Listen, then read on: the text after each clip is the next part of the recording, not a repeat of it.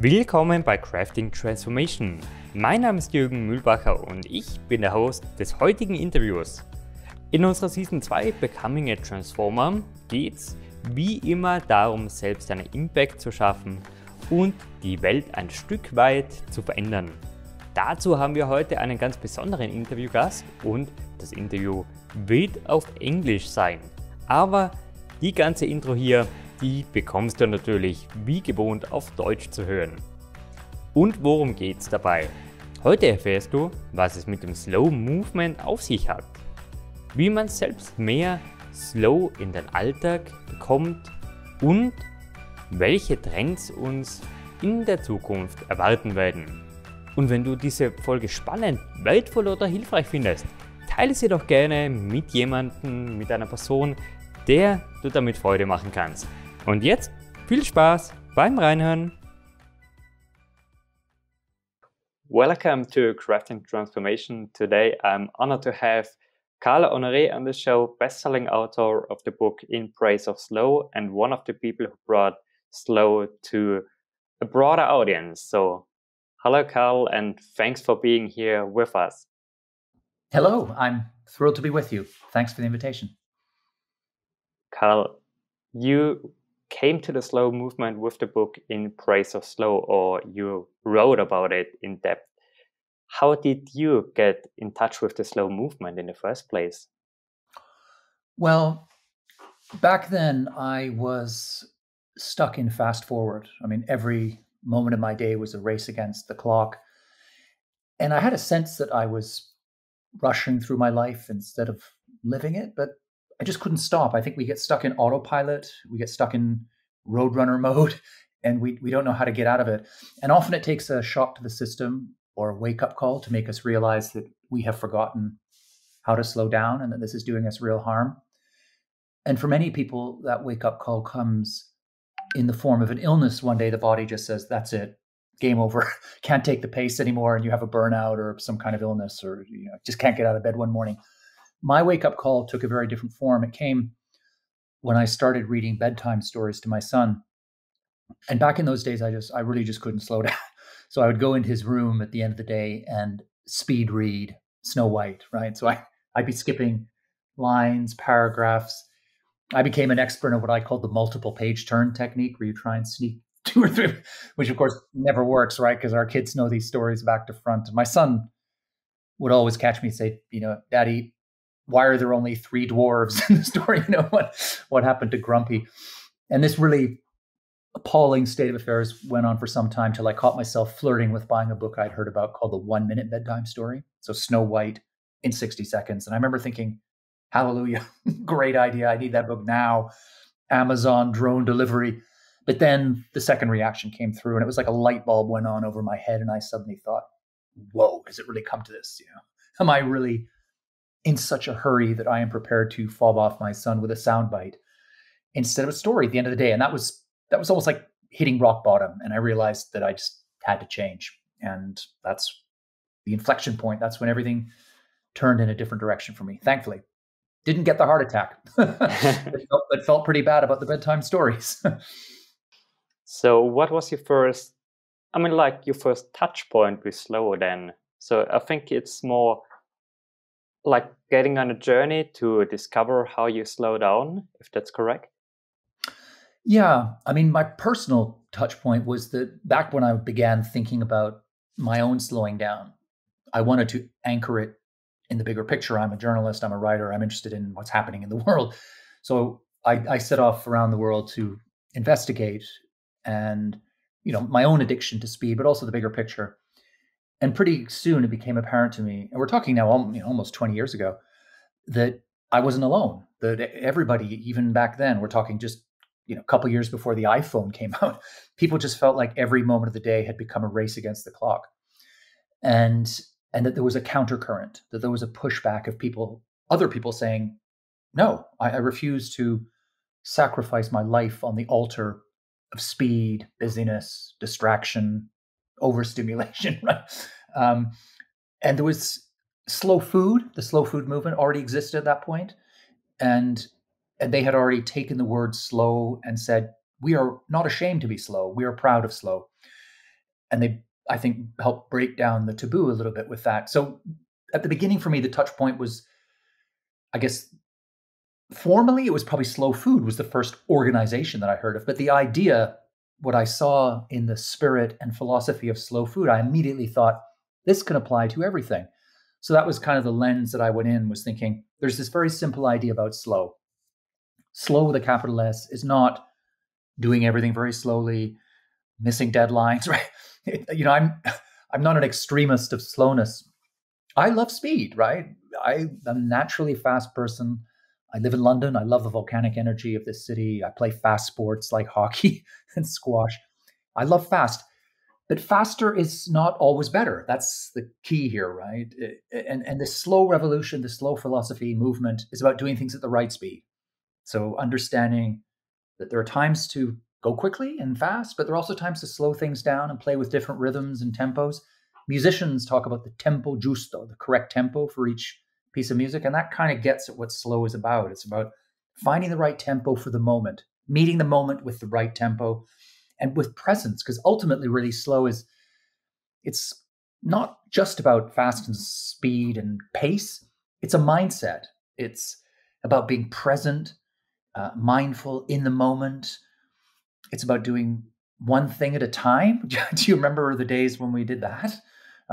Ultimately, slow is really about doing everything not as fast as possible, but as well as possible, which is a very simple idea, but at the same time, an immensely powerful one, because you can arrive at any moment of your life, whatever it is you're doing, and say, how do I do this better and enjoy it more by slowing down to the right speed and coming to this moment with a slow spirit, a slow state of mind. And that's a total game changer. And it was a game changer for me personally. And since I began playing around with this idea of slow as something that could apply to everything we do in our lives, the slow movement, and this is a delicious irony, the slow movement has grown very fast. So you would say it's also a little bit about the difference between the natural rhythm of time and the self-implied rhythm of the clock, which we use in our everyday lives. Yes, very much. There's a deep chasm and conflict between those two forms of time. There's natural time, or kairos, right? And then there's chronos, the time that's measured by the clock or by the mobile phone or by the computer or by your workplace, right? And those times are very much in conflict. They don't mesh. And we are creatures, despite the last 200 years of industrial revolution, we remain, in essence and at our core, creatures of the natural world. We are at our best, we flourish most when we are living at a natural rhythm. And I think that explains why so many of us at this time of immense, almost limitless affluence, we're surrounded by stuff to do and buy. It's all there, this incredible world around us. We're not happy. We're not healthy. We feel out of sorts. And I think it's come, if you drill down below the consumerist juggernaut and get to where we are living nowadays, you realize that it's this disconnect between the rhythm that suits and serves us, which is natural time, natural rhythm, and the rhythm and the speed and time we live at, which is clock time. And I think that unresolved conflict is where a lot of the sparks are flying at the moment, and it's where the slow movement offers solutions, right? Because the slow movement, in my mind, is about finding a balance between clock time and natural time. We live in a world now where we could not do everything at natural time. We need the clock. We can't exist without the clock now. But we can exist. In fact, we can exist and thrive much more if we are not slaves to the clock, if we use the clock as a tool rather than having the tables flipped and become ourselves tools of the clock, tools of the system, victims of the machine. So that's kind of what the slow movement, in my mind, is all about. It's about finding that sweet spot, that equilibrium, that balance between natural time and clock time, so that we can thrive, all of us together. That's really interesting what you're saying there, because I also have the feeling, like the rhythm of time or of the seasons is something which really influences how people are. But, days before, like the winter season we are in right now, was more to reflect on oneself or to be inward looking maybe as well. But now, since you have all the technology available, it's just all the same. You can do everything at the same season and same time. So you are getting more and more disconnected of these natural rhythms we are used to. Exactly. I mean, in the Bible, in Ecclesiastes, it says, to each thing there is a season and a time. There's a time to mourn, there's a time to laugh, there's a time to play, there's a time to work and all that. And the trouble is that in the modern world, we have blasted away all of those divisions. So you can do everything all the time, anywhere. And that sounds, on the face of it, like progress. In a way you think, well, how can you argue with that? That's choice, right? We're always being told that this is the great talismanic achievement of modern life, is that we have endless choice. But we know now from the neuroscience and the studies that people do on behavior and so on, that endless choice is actually a curse, right? It doesn't make us happier or help us to live better. It turns us into very anxious hamsters running around endlessly on a wheel that takes us nowhere and burns us out and turns us into kind of superficial living automatons. So I think that one of the ways that the slow movement is joining this conversation about how to reboot, reset the modern world, a big part of what the slow movement suggests is reconnecting with nature, reconnecting with the rhythms of nature. And I think inherent in that is the idea that we start to honor the seasons more, moving away from this world where you just buy strawberries any day of the year, right? And thinking to yourself, you know what, I'm going to wait till strawberry season in my country comes around for whatever it is, 6 weeks and 2 months. And those strawberries are going to be exquisite. They're going to be magical. They won't be those weird, overly red, slightly cotton-like pseudo fruits we buy in the middle of December, right? That pretend to be strawberries. They're going to be real strawberries. And I think that's what getting back in harmony and in symphony with the seasons can do for us, is it can reintroduce us to what is real, right? What is real, what is natural. And that's what lights us up. That's what brings joy. That's what brings meaning. I think we lose joy, we lose meaning, we lose texture, we lose color, we lose flavor when everything is available all the time. And you can just, at any stage, not mindfully, but mindlessly, just grab it off the shelf and consume it. I think that's hugely unsatisfying, bad for the planet, bad for the environment, bad for us as human beings. So I think that the lens of slow is one way of thinking, okay, let's change that conversation, that dynamic, so that we're living more in lockstep with nature. And that's where the world has to go, because let's face it, look at what we've done to the planet. The planet is gasping for air right now. It's on its deathbed, right? The only way we're going to bring it back is if we start living more like nature, not nature living more like us, because that hasn't worked out very well, has it? The latter. Yeah, that's absolutely true. I agree with all which you just said. So yeah, I'm also thinking about like slow it's a really broad movement as well. So because we covered food, but it's also slow fashion. I recently saw slow flowers and so on. So maybe you can give us a little bit an overview of the broadness of the lens from the slow movement. I mean, it is so broad now that sometimes I have to laugh when, the slow gaming movement arrives, or, there's quite unusual things like slow radio, the slow radio movement, slow TV, right? Even in the tech world, where so much of that Silicon Valley ethic and ethos and aesthetic is about speed, there too you see the slow movement gaining ground as people begin to realize that faster is not always better, and that even with your technology, you want to interact with that sometimes in a more slow groove, and you want the tech to be less fast in certain instances. So yeah, there's everything from, you mentioned slow fashion, and there's a big surge since the pandemic of slow travel, right? People thinking differently about how they get from A to B, and then how they interact with the place that they're visiting that's unfamiliar to them, bringing a slow spirit, not coming as a consumer to see every tourist site and then fly home as fast as possible, but to come, be present, be contemplative, be open, connect with local people, tread lightly on the planet, all those things that go with a slow philosophy, very much in sync with the new way of thinking about traveling. You're also seeing, I think, in the workplace, which can sometimes seem like the hardest nut to crack when it comes to bringing the slow philosophy to the table. Again, since the pandemic, there's been a real rethink about the place of work in our lives, how much time we give to it, where we do it, how many hours we put in. And I think we're still early in that discussion post-pandemic. It's not quite clear where we're going to land, but it's clear that we're not going back to exactly what we had before, because too many people during the pandemic, which in a way was a global workshop in slowness, right? The whole world stopped. We had no choice. And of course, in many ways, it was a total nightmare, right? It's funny, during the pandemic, so many people wrote to me and said, you must be so happy, right? Everything slowed down. And I thought, at no point have I ever been happy about the pandemic. It's a total ordeal for all of us in lots of different ways. But I do think there's a silver lining, which is that it lasted long enough that many of us got a taste of what it was like to live differently, to change pace, to slow down, to not suffer from FOMO, not the fear of missing out, constantly thinking, because there was nothing happening. So we turned in, we took up art, music, we began playing board games, we began reading poetry, all these things that are by their very nature slow and help us slow down. And cooking, baking bread, all that stuff, we kind of got back into that.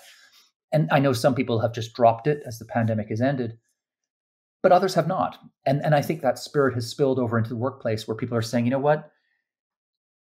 I think what the pandemic did was it gave people a chance to reflect, to think deeply, to see the big picture, because that's what slowing down lets you do. It lets you ponder and think deeply about things.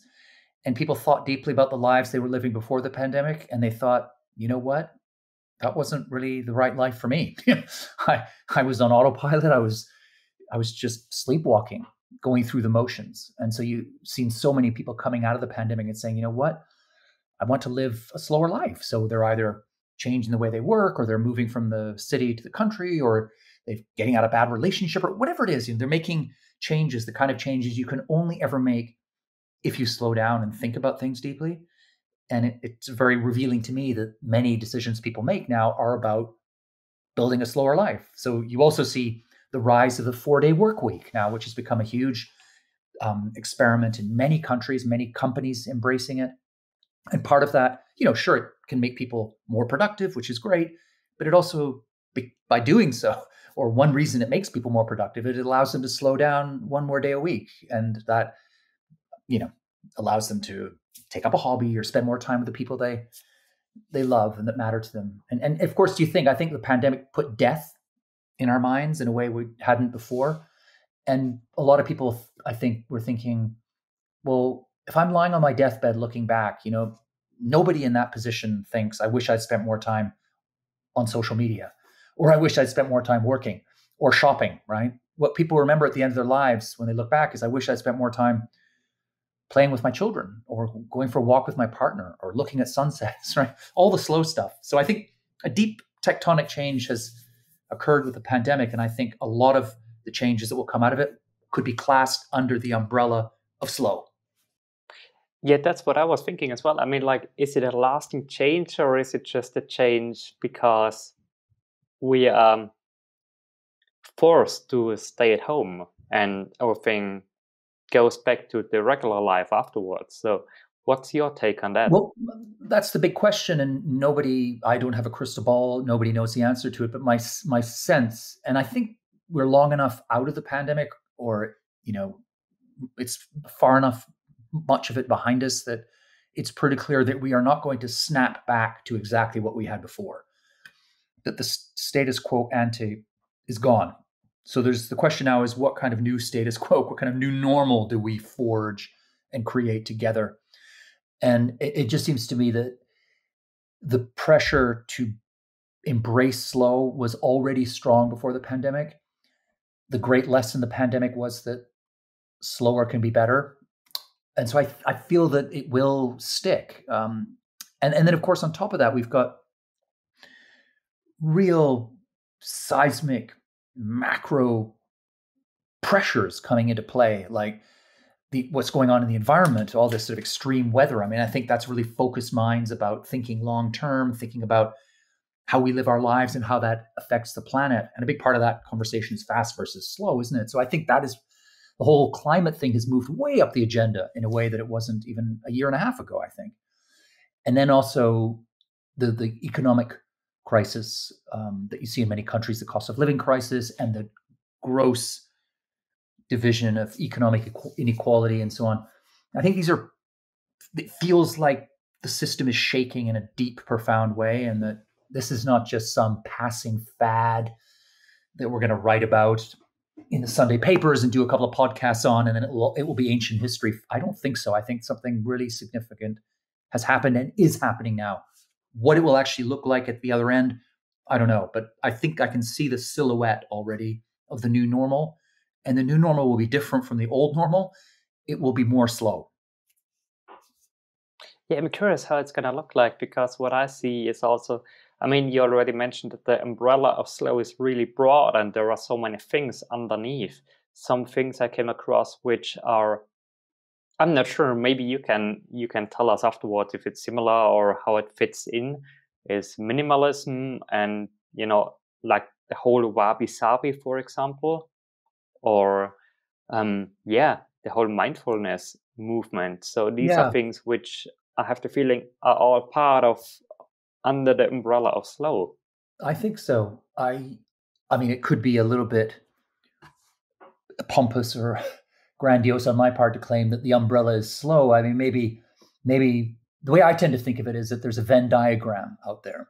And in that Venn diagram, you've got minimalism, you've got voluntary simplicity, you have the environmental movement, you have slow. And I think that they all overlap in many ways. And so somewhere in the middle, whatever you want to plant there as a flag or whatever word you want to hang on it, that is where the music and the magic is going to happen and is happening.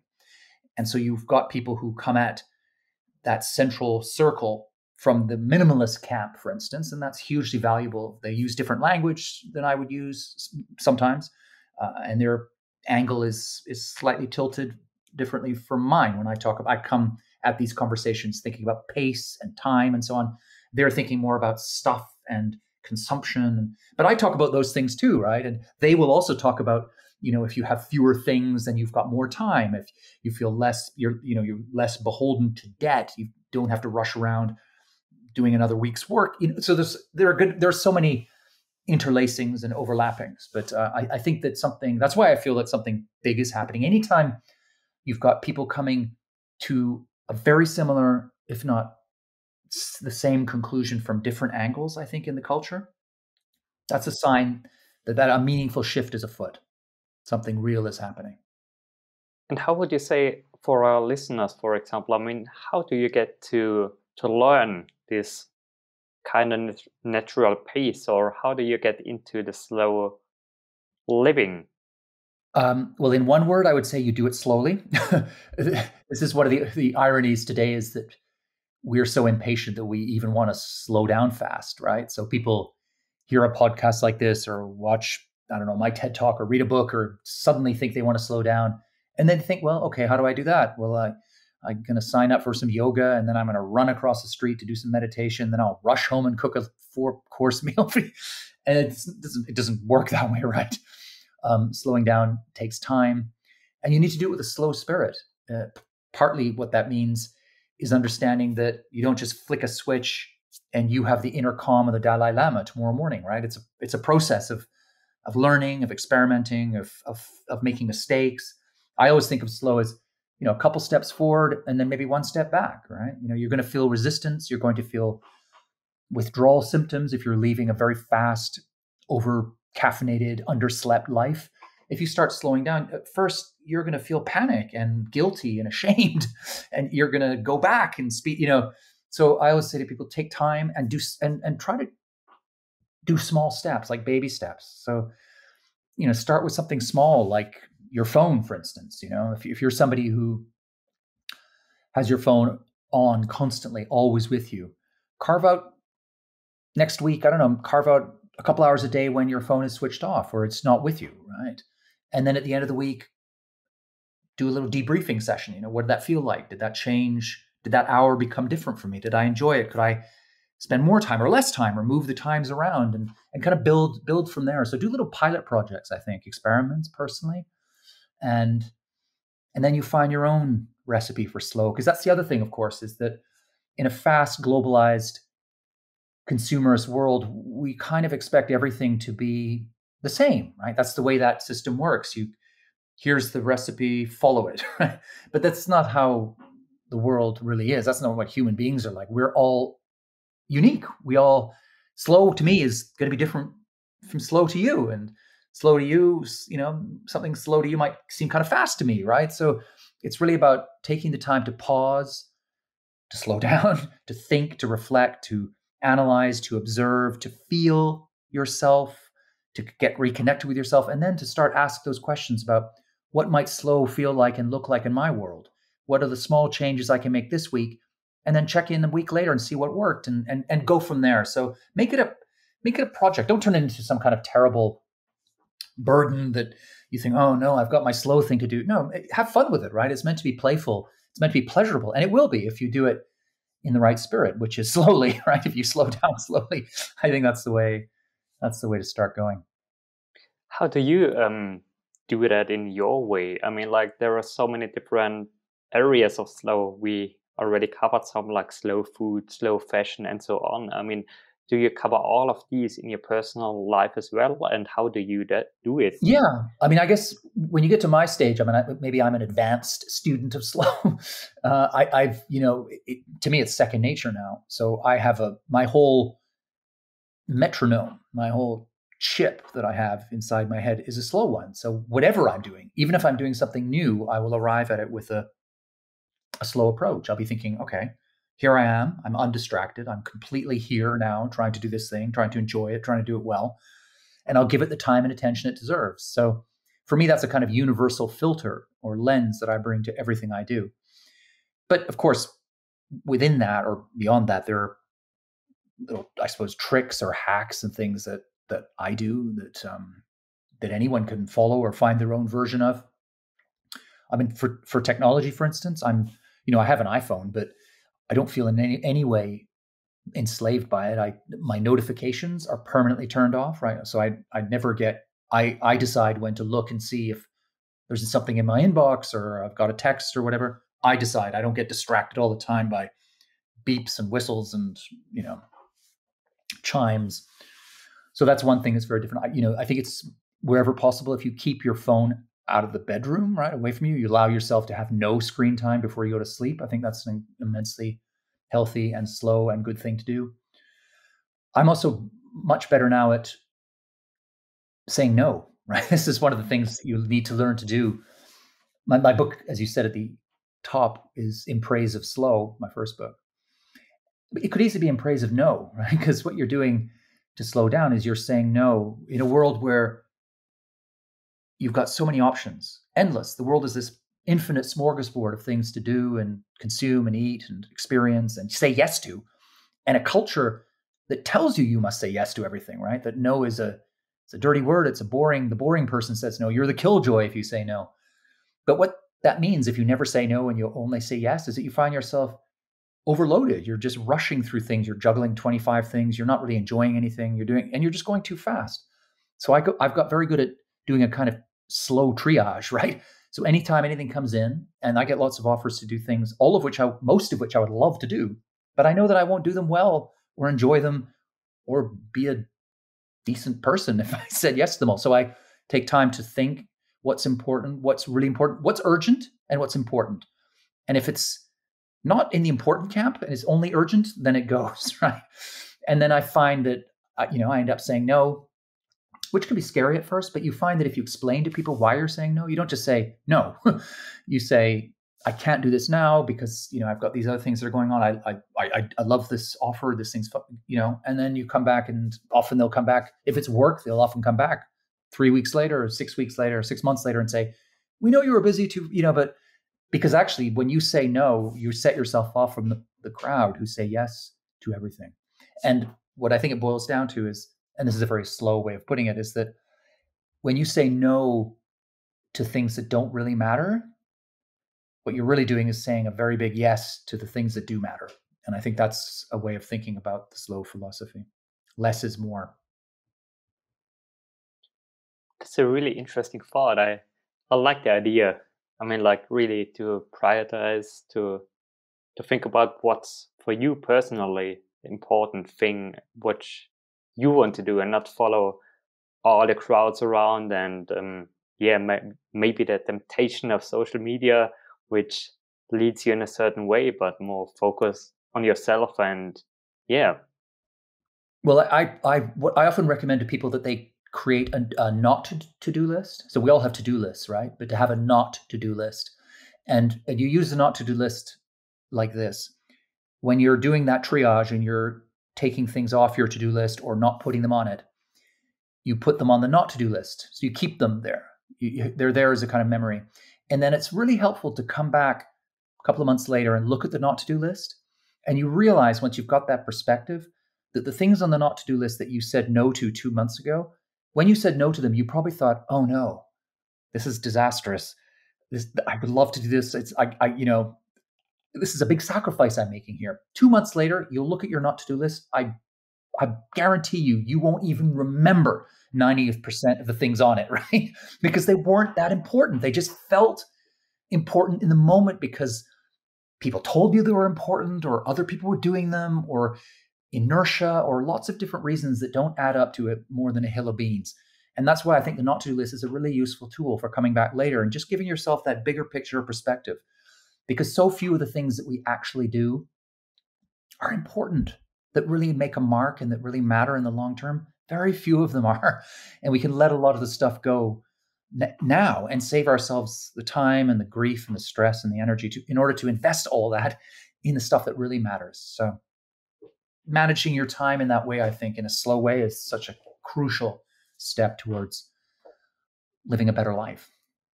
But it's really cool what you just said, because that's a way of teaching people how to get into it as well. Like, I mean, just practice, but these are some steps everyone can take. And, I think it just takes practice, but also feeling comfortable when you go down that road, because it's where you separate from the current path you've been living, maybe. So what would you say?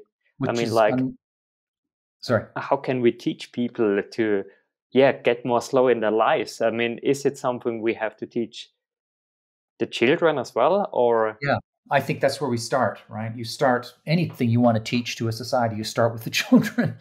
And of course, we've handed on the virus of hurry to the next generation. So a lot of kids now come out of the womb and they just hit the ground running with Baby Einstein DVDs and baby sign language class. I mean, right from the start, they're just chasing the clock.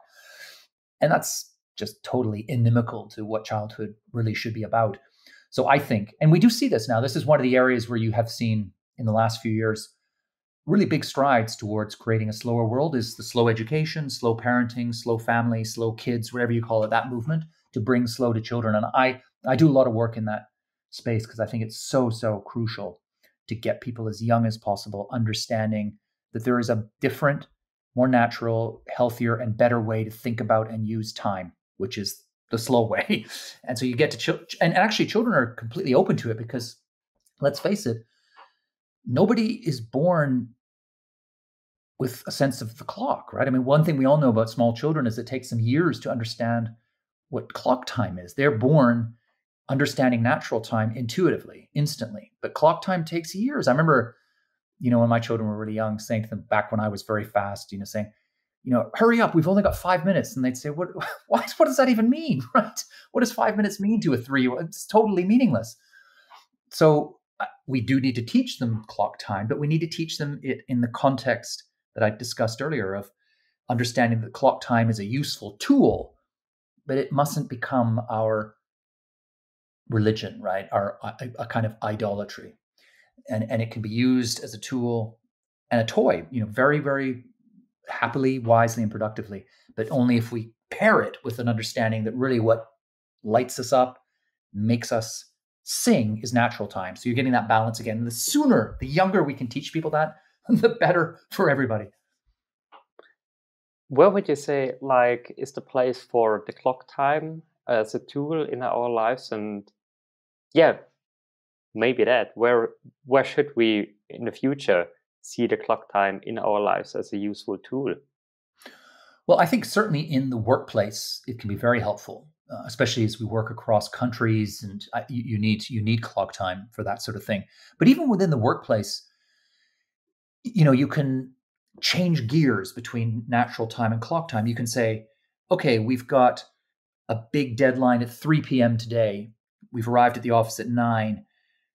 But you don't need to be in kind of deadline mode looking at the clock every minute till 3 p.m. or till the end of the week. You can say, okay, we've got that deadline. That's important. We must meet that deadline. But between now and then, we can move in and out of clock time and natural time. If you're sitting in your office, you've had a meeting, you're doing a bit of creative work and you feel stuck, you don't think, oh no, if I get up from my desk, another minute is lost. You think, getting up from my desk and walking in the park round by the office at the back is going to be like switching into that natural time and forgetting the clock for however long it is going to be a good investment. So when you come back to the clock time, you're refreshed, you recharge, you're thinking more clearly, you're more creative. So even if all you're thinking about is the bottom line in the corporate world, it's going to make sense to say, okay, some clock time now, but let's let people get a bit more fluid, a little bit more funky, a little bit more natural, and forget about the clock for a period of time. So more about the corporate world actually using the clock time. I mean, that's also the history. Well, I think it's useful to. I mean, let's face it. In any circumstance, you clock time's useful. If you're going to have a dinner party at home for friends, and you say to them, "Turn up at 8," and half of them wander in at 9:30, and your souffle has fallen. Obviously, you want people to be on time. I think it's important. Punctuality is a courtesy. It helps the wheels turn. It gets us on the same page and at the same time. So that's useful too. I like I say, I'm not an extremist of natural time. I think clock time and the clock is useful. I personally don't wear a watch because I know the research shows that when you see a clock, just seeing a clock changes our relationship to time. We start to worry about the time passing. We maybe speed up a little. We get a bit more anxious. That's why casinos never have clocks on the walls. They want you to, or windows for that matter, they want you to forget about the passing of clock time. They want you just to be in the moment. They want you to slow down in a weird kind of way so that you can lose a lot of money very fast. So that's the other side of the equation. But to get there, they want you to slow down. And one way they do that is taking clocks out of the equation. So I think that's a useful lesson for all of us, right? Is just, you can be on time without being a slave to time, and finding that balance, that sweet spot there. If you look back now, I mean, like you wrote the book in 2004, so 19 years ago. How much did change, and how much do you think the future will hold for us? Well, I think the big change is that it was shortly after the book came out that social media began to take off. With the iPhone came out in 2007. So in some ways, things have got faster, busier, more distracting, more stimulating, more busy, because we carry around with us everywhere now these little weapons of mass distraction. I mean, we've all got a smartphone that is a kind of channel of speed. So I think on one side, there's been, since the book came out, I think that the keynote of modern civilization remains acceleration. I think that's still the dominant cultural impulse, is to speed things up, right? To think, how do we make this better? We'll just make it faster, right? I think that still remains the go-to default setting. But at the same time, over these 20 years, I think that the counter current, the other side of that equation, people saying, hang on a minute here. Okay, we like a bit of fast, but what about slowing things down? That has grown exponentially. So the balance is tipping, between fast and slow, if you want to put it in those terms. But fast still has the upper hand, right? I still feel like, put it this way, when that book first came out, I felt, and I wrote it, I felt a bit like a voice in the wilderness, or I felt like a lone wolf. So I felt kind of alone. I really don't feel that way now. I mean, it's just, the slow movement has just exploded right into every corner of our lives, and people of all generations embracing it in different ways and rethinking it and reinventing it. So I'm just amazed. If you'd said to me where we are now, to me in 2004, that we would be this far. And I say this quickly because, these kinds of deep seismic changes culturally and socially take time. They don't just happen overnight. So to think that we have come this far with slow in these 20 years, I just think, wow, that is really makes me feel optimistic. So just to round out, your question was, where do I think it's going? I mean, I'll pick up the thread I tossed out there with that bit about the pandemic earlier. I think the pandemic has actually accelerated the slow movement and given it more oomph and push and scope. So I feel more optimistic. I think that we will get to a point. Well, I see it this way. We have two options. One is that we don't change, we don't slow down, and eventually we just end up burning the whole planet out. And that's kind of the destruction option. That's the apocalypse option. That is one real option, I think. The other option, which I prefer that we take, and I do believe we will, is that we slow down, and that at some stage, maybe it's 5 years, maybe it's 10 years, maybe it's 15 years from now, we look back and think, why did we find it so hard to slow down? Why didn't we do it sooner? Because we will have built a world to be proud of and for everyone. And I think slow will help us get there. Well, that sounds really promising, and these are really nice words to, also go in the slow and the last lane of our interview, which are 3 questions which we ask to all our interviewees.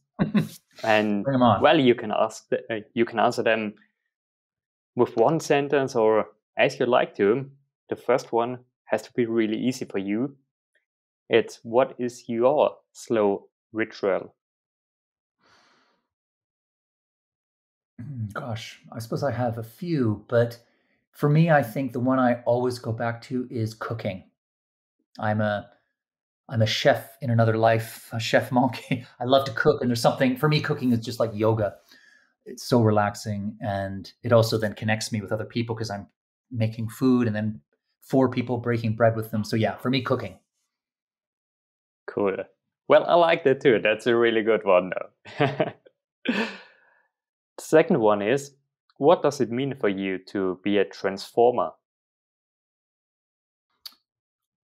I would say 2 things. One, just very simply, to every day to feel like I'm leaving the world a slightly better place than it was when I found it. Yeah. So I think that that would be my take. But I said a second thing, which was, that you're transforming the world, certainly people's lives, when people are constantly writing to you to say that you are, right? So that's something I've found that's really kept me going through this long, I was going to say lonely battle, but it's not lonely anymore. It certainly was at the beginning, but this long battle to take down the cult of speed and replace it with something much more slow and human and humane is what's kept me going through all of that, has been feedback from people. So, barely a day goes by that I don't get a message from somebody on social media or in my inbox through my website saying, thank you, whether it's your book or something, your work has changed my life. And then telling me long stories about how slowing down has just brought magic to their worlds. And so that is quite an extraordinary privilege to be in that position. But also it makes you think, yeah, I'm doing my bit to transform the world in a good way. Well, that's really good to hear, and really good that people also, give that feedback, because often, you make an impact, but they don't let you know. So you don't know. That's right. Yeah, I know. Anybody out there who feels an impact, I urge you to tell the person who's created that impact, because they need it. We're social animals. No woman is an island, right? And so it's fuel for the tank to hear that what you're doing matters. So we got one last question for you, which is, if you can choose one person, like from present or past, to have a coffee with, who would you choose? Oh, that was easy for me. That's Martin Luther King Jr., definitely. For me, I don't really go in for heroes, but he's probably the closest thing I have to one. He's a person of extraordinary self-sacrifice to begin with, but also, and this is where I feel the original kinship I felt with him, was that he was a person who understood the beauty, the majesty, and the power of words, right? He was someone who loved language. He loved the music of language. He loved the way words sounded, the way they looked on the page, and the way they could transform the world, the way they could bring people along, the way they could open people's eyes and open their hearts and their minds to a different way of thinking about the future and themselves. And so I just think, and I think he was obviously a flawed character in some ways, so that makes him even more interesting. So yeah, I think he'd be a great person to sit down and have a coffee with. I think he'd get the whole slow movement with Martin Luther King, definitely. Well, that sounds a really interesting person to have a coffee with. Great, Carl. Thanks for your time and thanks for all the interesting answers. And yeah, thanks for sharing. Thank you very much. I've enjoyed it. It's been fun. Thanks.